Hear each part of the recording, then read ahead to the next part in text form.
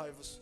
Pastor Alexandre, muito obrigado pelo seu sim, estar conosco aqui nessa noite. Pastor Alexandre é pastor da Primeira Igreja Batista em Ferraz de Vasconcelos, já há alguns anos, e é atualmente o presidente da nossa Associação Batista. A Igreja do Odete faz parte dessa associação, a Associação Batista Metropolitana Leste, que compõe, essa associação é composta pelas igrejas batistas da cidade de Ferraz, Poá, Suzano e Itaquaquecetuba. Embora algumas igrejas, 2 ou 3 igrejas aqui em Itaquaquecetuba, não pertençam a Bamel, né, a outras associações.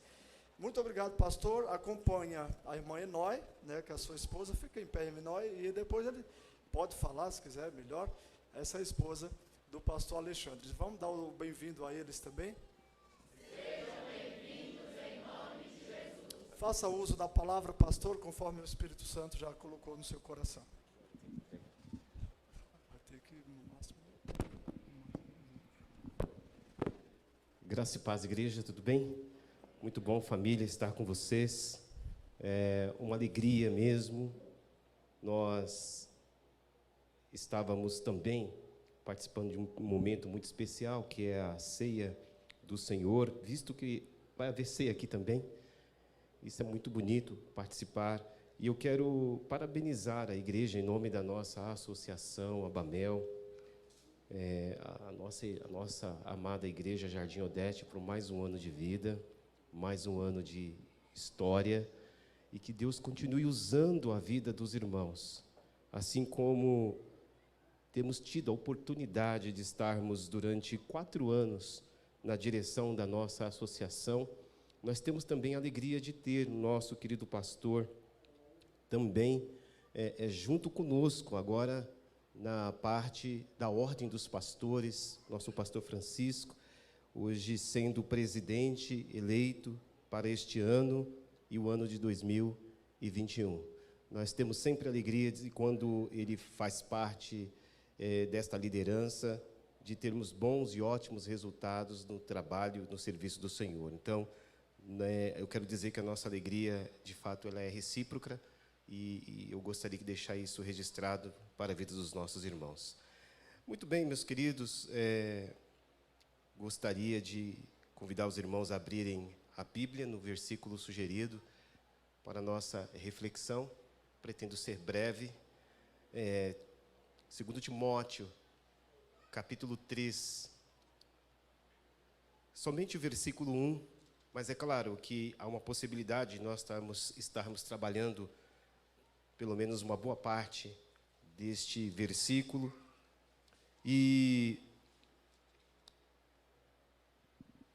Eu quero somente ler este versículo 1 para a nossa meditação. Sabe, porém, isto, que nos últimos dias sobrevirão tempos trabalhosos. Feche seus olhos, vamos orar ao Senhor. Pai querido, bendito seja o teu nome. Graças damos ao Senhor por esta rica oportunidade de estarmos na tua casa com esse espírito de alegria, de festa, Senhor. Festa porque o Senhor deu o privilégio a este bairro de ter uma casa de oração, um lugar missionário, onde o Senhor manifesta a sua verdade para os corações desta região. E eu tenho certeza que o Senhor tem feito algo maravilhoso durante esse tempo. E as nossas orações aqui em conjunto, Senhor, é que o Senhor continue prosperando a obra neste lugar, abençoando a vida de cada servo que tem dedicado neste lugar a obra do Senhor. Ó Pai amado, colocamos estas vidas em tuas mãos, e esta amada igreja festejamos com ela, em nome de Jesus, e pedimos para que o Senhor fale ao nosso coração através da sua poderosa palavra, despertando-nos em nome de Jesus. Amém. Bom, pelo teor da carta de Paulo, já fica claro que é um despertamento esta mensagem que Paulo está trazendo para o seu filho na fé, Timóteo. Até porque, quando nós olhamos para o contexto geral, a gente pode perceber que Timóteo era um jovem pastor que estava iniciando o seu ministério, que tinha alguns desafios pela frente, e Paulo vai abrindo todo um cenário e vai colocando os desafios diante deste jovem pastor, e diante disso ele começa a passar algumas instruções. E, de uma maneira muito especial, Paulo estava querendo motivá-lo, dizendo para que ele não pudesse subestimar-se por conta da sua pouca idade, mediante aos grandes desafios que estavam diante dele, mas que ele podia se dedicar mais ainda à fé, aos princípios que ele já havia herdado de sua avó, e toda aquela experiência de discipulado que Paulo já estava trazendo para a vida dele, e vai preparando até chegar a um ponto em que Paulo também deixa um comunicado de despedida, dizendo: olha, combati o bom combate, encerrei a carreira, guardei a fé. Era o período, podemos dizer assim, que foi uma carta pessoal, e a última carta pessoal que Paulo envia a alguém, e esse alguém é Timóteo, antes dele ser morto. E ficou esta carta para os jovens pastores e para todos os pastores de todas as idades, mas também, dentro desta carta, há um trabalho escatológico, há uma perspectiva apostólica, Paulo dizendo para o próprio Timóteo, dizendo o seguinte: Timóteo, não fica desanimado. Sabe por quê? Porque dias piores virão. Você ainda está sendo preparado para enfrentar dias piores. E se você estiver achando que a situação que você está vivendo, ou pelo menos esse desafio que tem pela sua frente, calma. Se você acha que isso é demais para você, agora imagine os últimos dias como serão. Como estarão a realidade das igrejas? Como estará a realidade do coração das pessoas que ali congregam? Como estará o cenário da igreja num mundo, numa época em que os dias serão difíceis e piores? Timóteo não estava vivendo esses tempos difíceis, até porque o mesmo texto diz que nos últimos dias sobrevirão. Ele não estava vivendo ainda, mas Paulo estava dizendo: olha, fique sabendo que haverá futuramente, a igreja futuramente enfrentará desafios muito maiores e muito mais difíceis do que esse. Por isso que a gente pode perceber que a carta que Paulo escreve, a segunda carta a Timóteo, é uma carta de encorajamento, é uma carta de consolo, é uma carta de preparação. Mas nem por isso Timóteo ficou, vamos dizer assim, além dessa perspectiva. Até porque na igreja onde ele estava, haviam grandes desafios. Algumas coisas não estavam indo também muito bem. Havia homens conspiradores, havia pessoas que gostavam de assuntos e debates insignificantes, havia situações que Timóteo tinha que consertar ali. E aí Paulo, nesse texto, começa a dizer sobre alguns aspectos que eu gostaria de compartilhar com os irmãos. O primeiro aspecto é que não é novo esta ideia da igreja e os seus líderes e os seus liderados, não é nada novo serem preparados para as coisas que estão para vir. E a mensagem de hoje é o mesmo que dizer para vocês: meus amados, vocês estão passando por aflição, vocês estão passando por dificuldades, saibam que isso não pode ser tratado como novidade.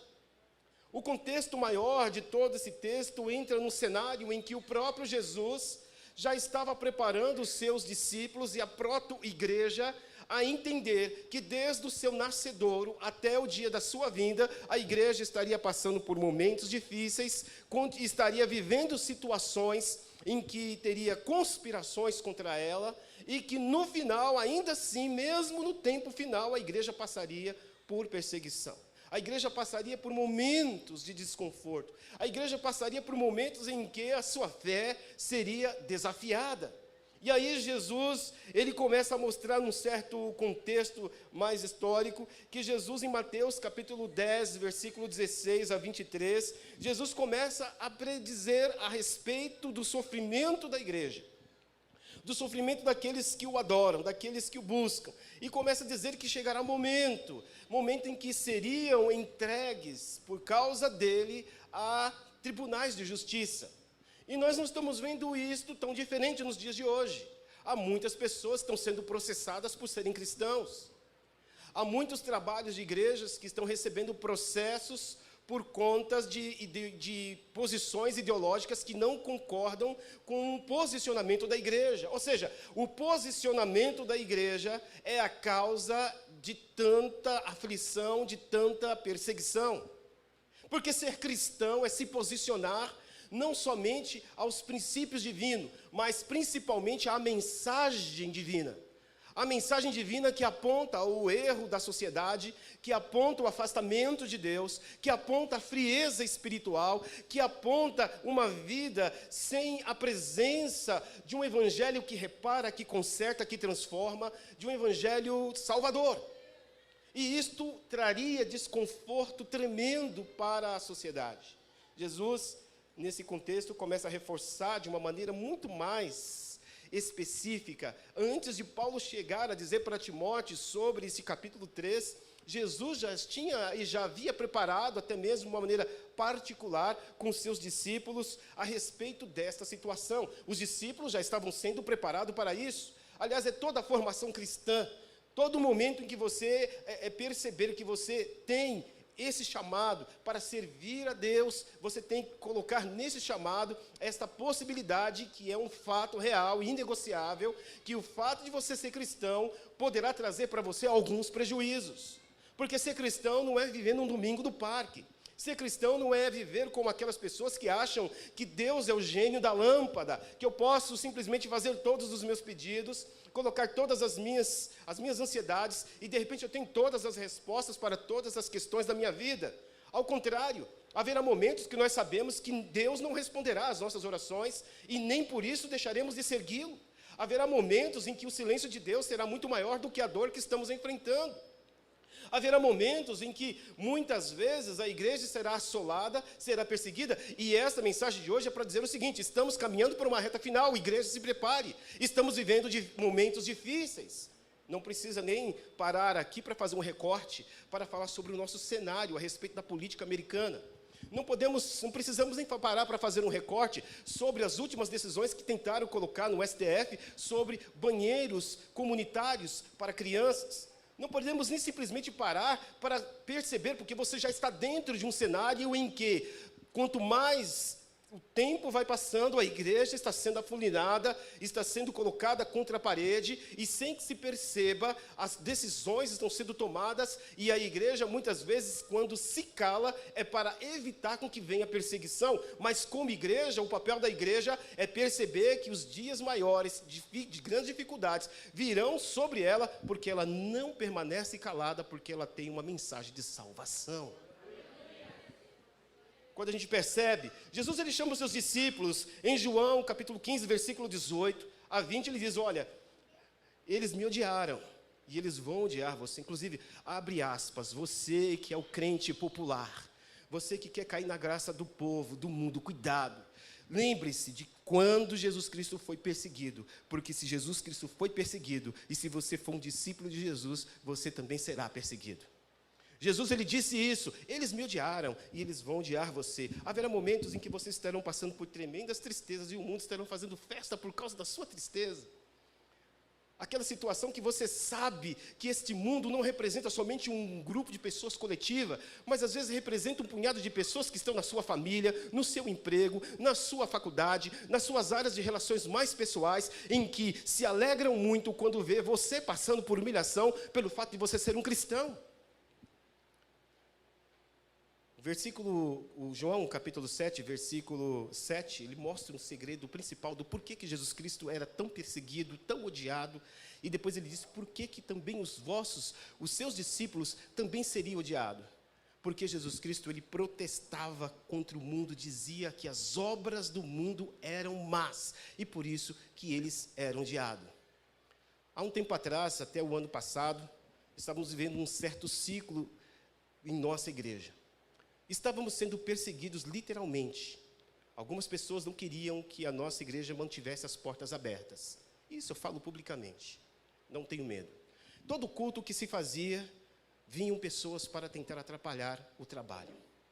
E, em vez de nós usarmos pelos mesmos meios de força que eles usavam, a primeira coisa que nós aprendemos a relembrar e a viver era que toda aquela acusação, toda aquela afronta, toda aquela briga era simplesmente por causa de que nós estávamos pregando o evangelho que transforma.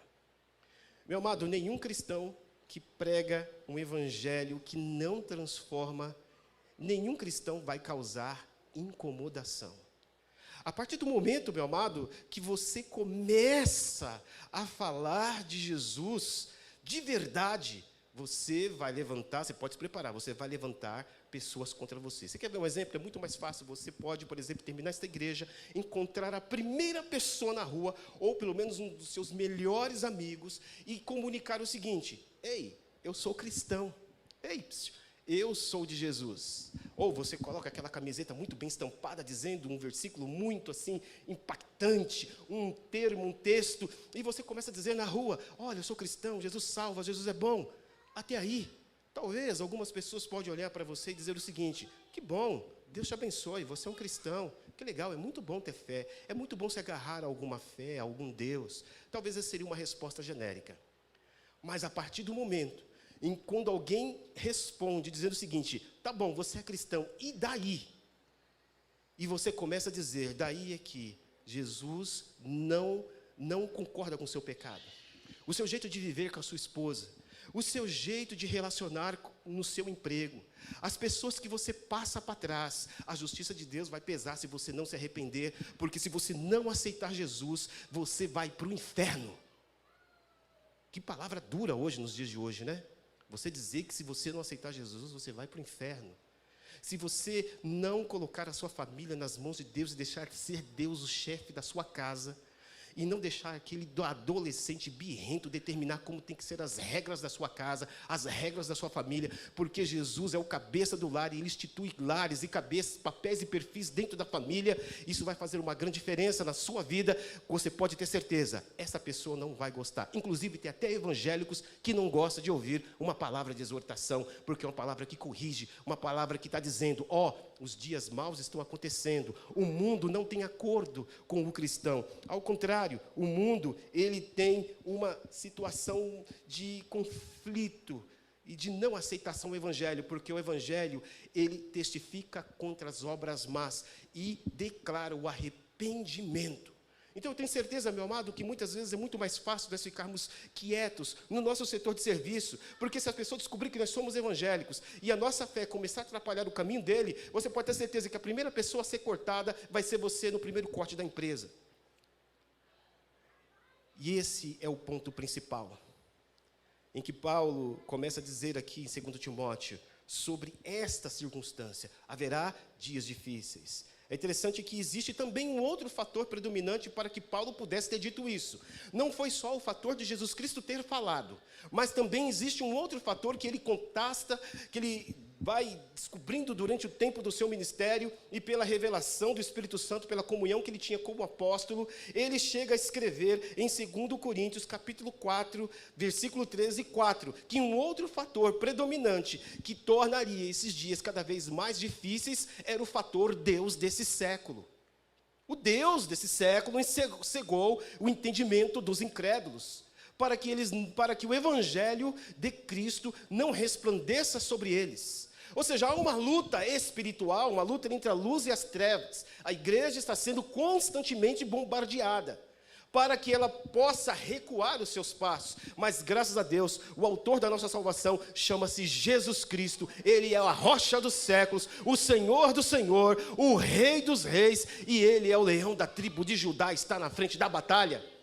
Por isso que nem a porta dos infernos prevalecerão contra esta igreja. Mas teremos grandes combates, teremos grandes dificuldades, teremos grandes inimigos que virão de lugares e situações que menos imaginamos para tentar afetar direto ou indiretamente a sua fé. Teremos situações em que o espírito de desânimo instaurará uma depressão na vida dos cristãos para que eles não ergam a cabeça para ver a glória de Deus. Teremos momentos difíceis e que, se nós não estivermos orando, vigiando, teremos uma vida prejudicada por influências malignas que poderão indiretamente atrapalhar até mesmo o nosso desejo de buscar a Deus. E para isso nós precisamos estar constante e vigilante. Por isso que Jesus Cristo disse, vigiai e orai. Porque os dias são difíceis, existe uma luta para desviar agora. Você, meu querido jovem, ali naquelas plataformas digitais, em que você, depois que chega do culto, começa a conversar com seus amigos, com seus colegas. Existem tendências, existem opiniões, existem métodos, existe algum jeito maligno para tentar afastar você da presença do Senhor. Existem situações na sua vida, no que muitas vezes ainda não está sendo totalmente tratada, está sendo construída paulatinamente pelo Espírito Santo, algumas fases e situações do nosso caráter, e que quando nós não entregamos ela na presença de Deus para ser consagrada e trabalhada e transformada, nós enfrentaremos constantes ataques infernais para que nós jamais possamos sentir as mudanças que o Espírito Santo está fazendo em nossa vida. Estamos em constante guerra, em constantes lutas. A luta espiritual ela é mais terrível porque nós estamos lidando com inimigos invisíveis. E para que nós possamos continuar firme e nos libertar de qualquer cegueira espiritual, precisamos estar cientes de que a mensagem que a igreja recebeu é: fique alerta, as coisas estão piorando. Fique alerta. Parece que é uma mensagem negativa. Paulo ele começa descrevendo uma mensagem negativa. É uma mensagem triste. É uma mensagem triste sabendo que a qualquer momento, você poderá sofrer uma consequência drástica por você ser cristão. Não é uma mensagem legal, apesar que o povo do primeiro século, da igreja primitiva, recebia isso como uma mensagem motivacional. Poxa, nós estamos sofrendo e vamos passar por situações por causa do evangelho. Se é por causa de Cristo, eu estou dentro. Se é por causa de Jesus, eu vou continuar pregando, porque o meu mundo não é aqui, minha casa não é aqui. Jesus ele disse que já preparou lugar para nós, embora a nossa carne ela tenha algumas fraquezas, mas ainda assim o Espírito é mais forte do que a carne. Quanto mais eu colocar-me na presença de Deus, mais saberei que estar passando por problemas significa que eu estou na rota certa, indo na direção do Senhor. Nós não somos um povo que fica no deserto. Podemos enfrentar as aflições do deserto. As aflições do deserto que afetam-nos financeiramente, que nos afeta conjugalmente, na relação paterna, que nos afeta até mesmo nas lutas intrapessoais, com a nossa própria identidade. Mas nós não ficaremos no deserto, porque Jesus está nos guiando todo dia, em nome de Jesus. Então, meu amado, permaneça firme. Então, esse cenário é trabalhado por Paulo da seguinte maneira, para a gente ficar esperto.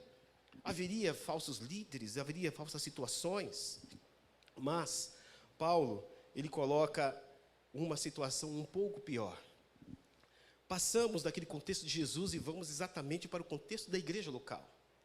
Assim como Jesus estava preparando os seus discípulos e dizia que a sua igreja seria perseguida, Paulo ele começa a dizer, olha, o cenário não mudou. Enquanto existir igreja na terra pregando contra o pecado, ela vai padecer perseguições. Tudo bem, é um ponto positivo, é um ponto passivo, todos nós sabemos. Mas o que pode nos chamar a atenção nesse texto é que Paulo ele começa a dizer que esse problema agora está numa fase diferente. Não estava mais acontecendo da porta do lado de fora, dos arraiais do povo de Deus.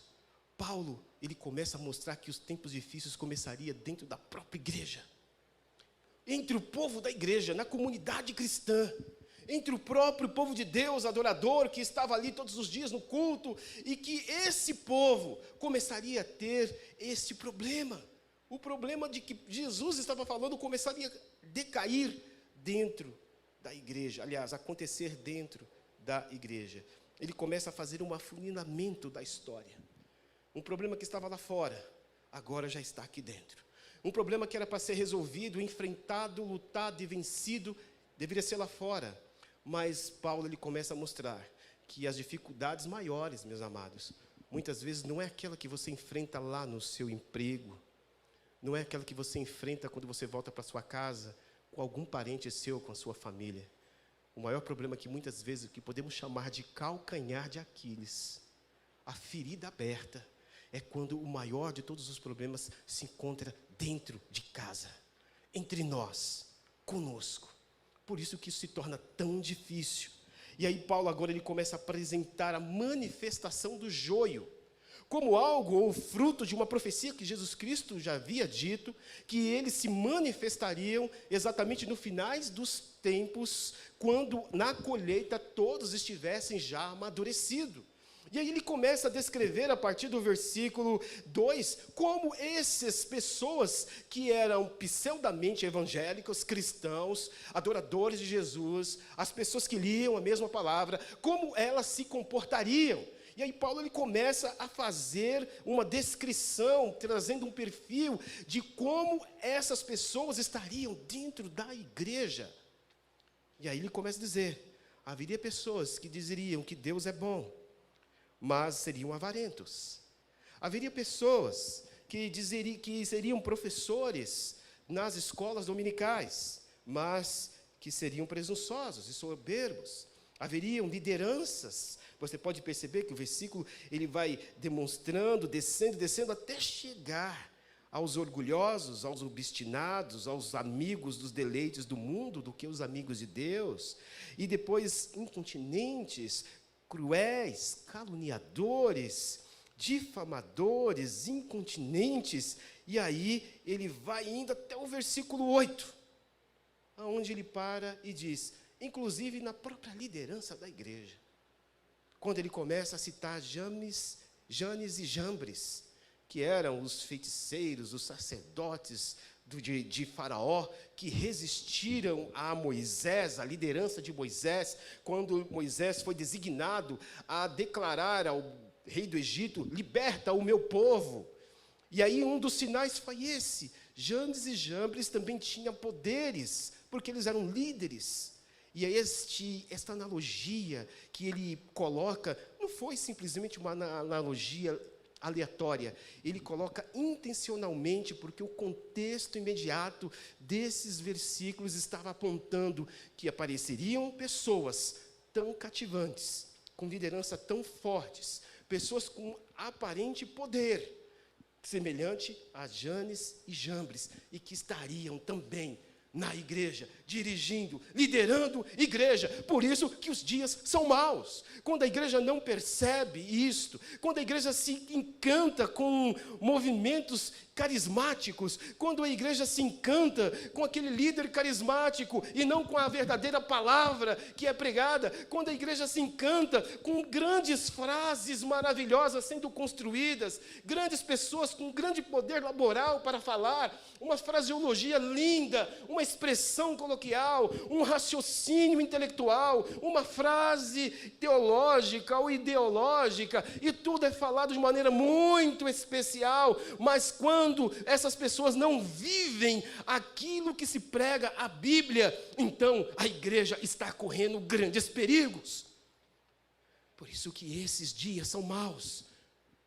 Ele apresenta, eu espero que você esteja entendendo que nesse momento Paulo só está apresentando o problema. E ele começa a mostrar que esse problema está ali dentro da igreja. E já está com a liderança e com os seus membros, ou pelo menos alguns dos membros.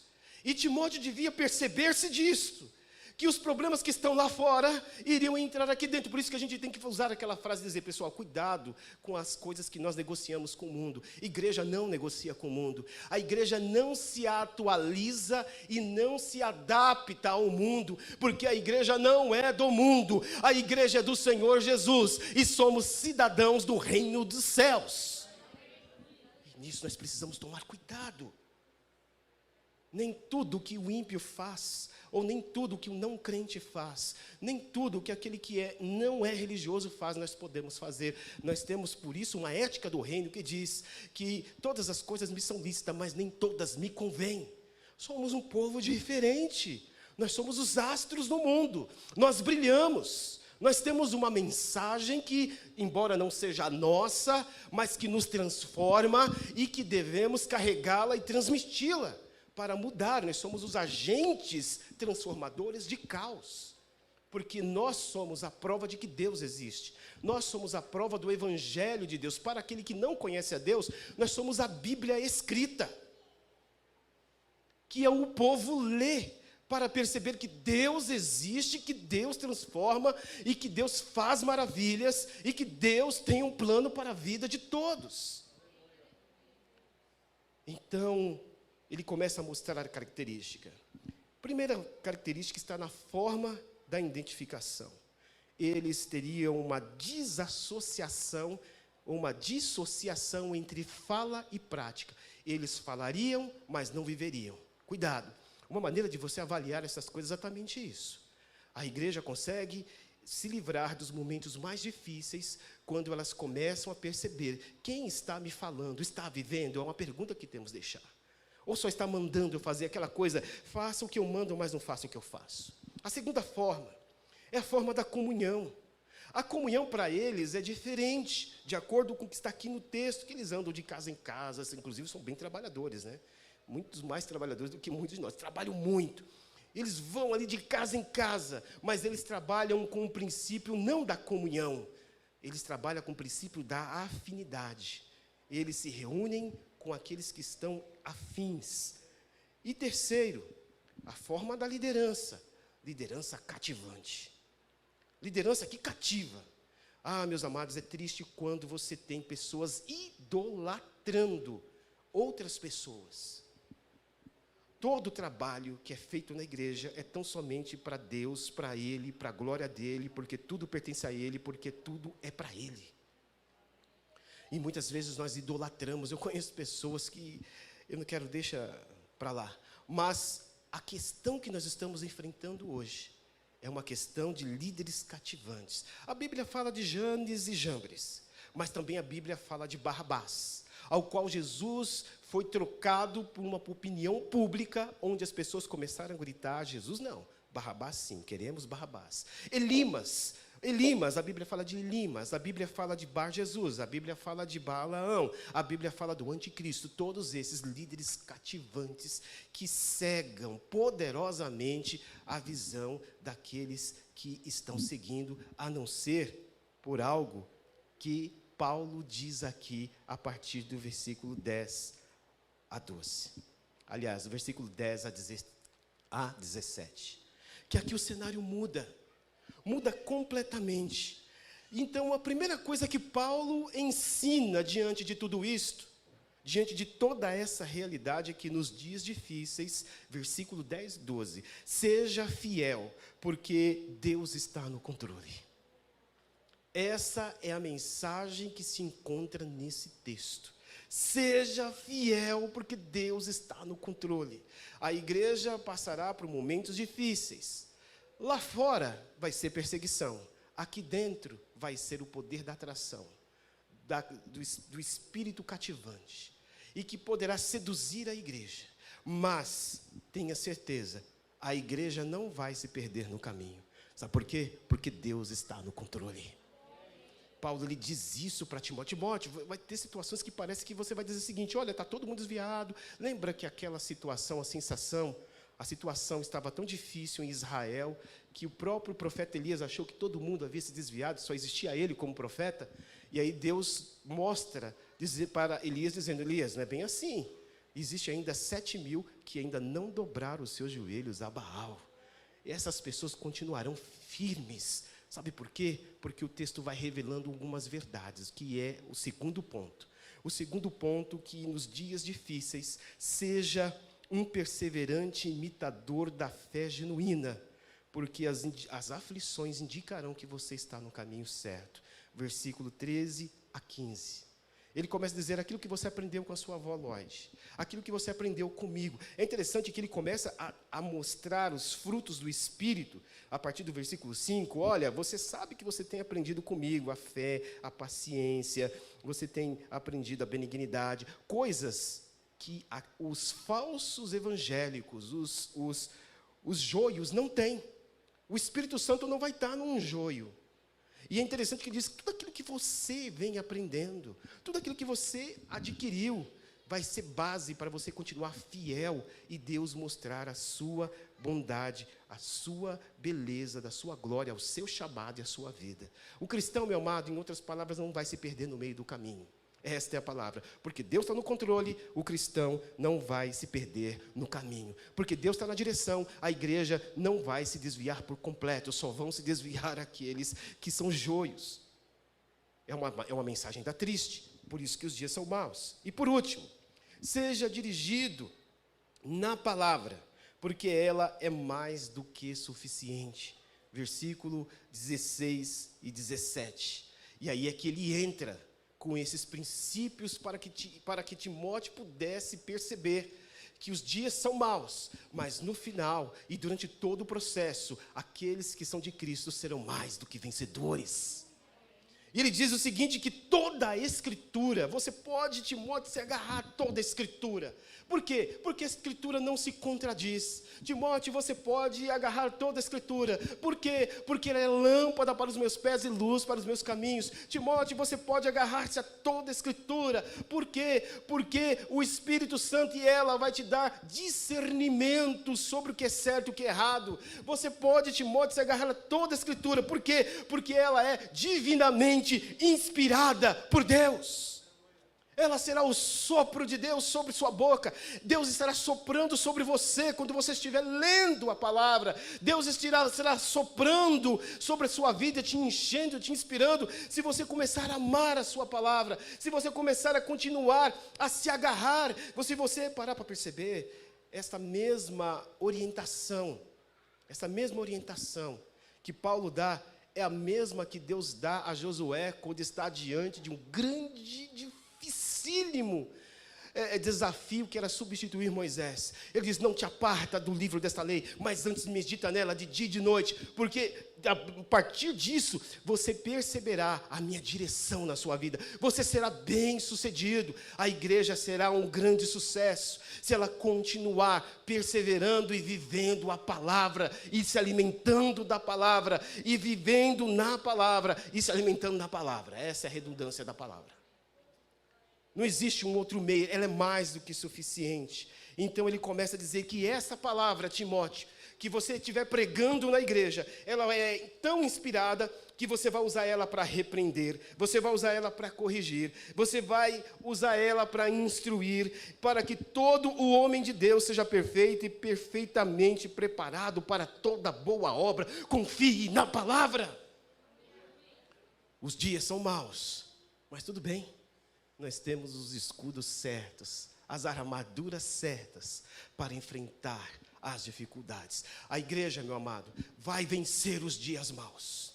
A igreja vai conseguir superar as suas maiores deficiências nos dias maus, porque ela tem a palavra de Deus, porque ela tem a certeza de que Deus está no controle, porque ela é imitadora genuína de Jesus. E assim como Jesus venceu, também nós venceremos para a glória de Deus.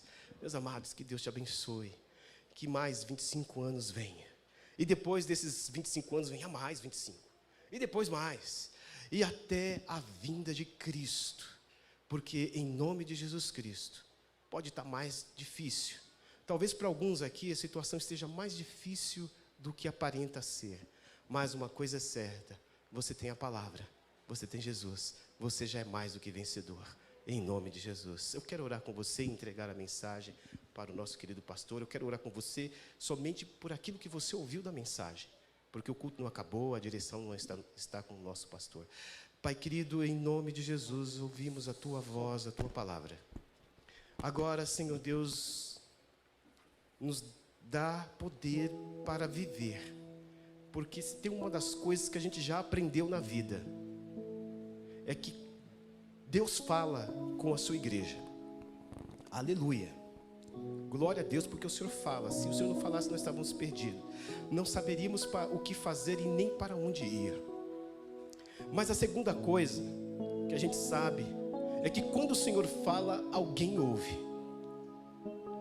Ó Deus, alguém ouve e glorifica o seu nome por isso. Porque esse alguém que ouve diz, glória a Deus, o Deus falou comigo. Louvado seja o teu santo nome. E a terceira coisa, a gente sabe, ó Pai, que depois que a gente ouve, a primeira coisa é obedecer. Porque a tua palavra diz que a obediência é melhor do que sacrificar. E por isso, Pai amado, nos dá um coração obediente. Se há alguém aqui nesta noite que está frio, por causa dos dias maus que está enfrentando em sua vida, enfrentando nas mais diversas áreas pessoais, Que o Senhor, em nome de Jesus, os levante nesta hora. E perceba, Senhor Deus, o teu servo, a tua serva, que fiel é aquele que o chamou. Que o Senhor não abandona ninguém. E que por mais que pareça que as nossas orações não estão sendo ouvidas, elas estão sendo sim. Por um Deus que jamais rejeita oração. Então, ó Deus, em nome de Jesus Cristo, fortaleça a fé, o ânimo, continue dando forças a esta amada igreja e dando cada dia, Deus, uma nova inspiração para te servir. É o que nós te pedimos, não só para esta amada igreja, mas para toda a igreja na face da terra, em nome de Jesus. Amém. Que Deus te abençoe, meu amado. Amém, amém. Glória a Deus. Quero encerrar o culto, mais uma vez agradecer.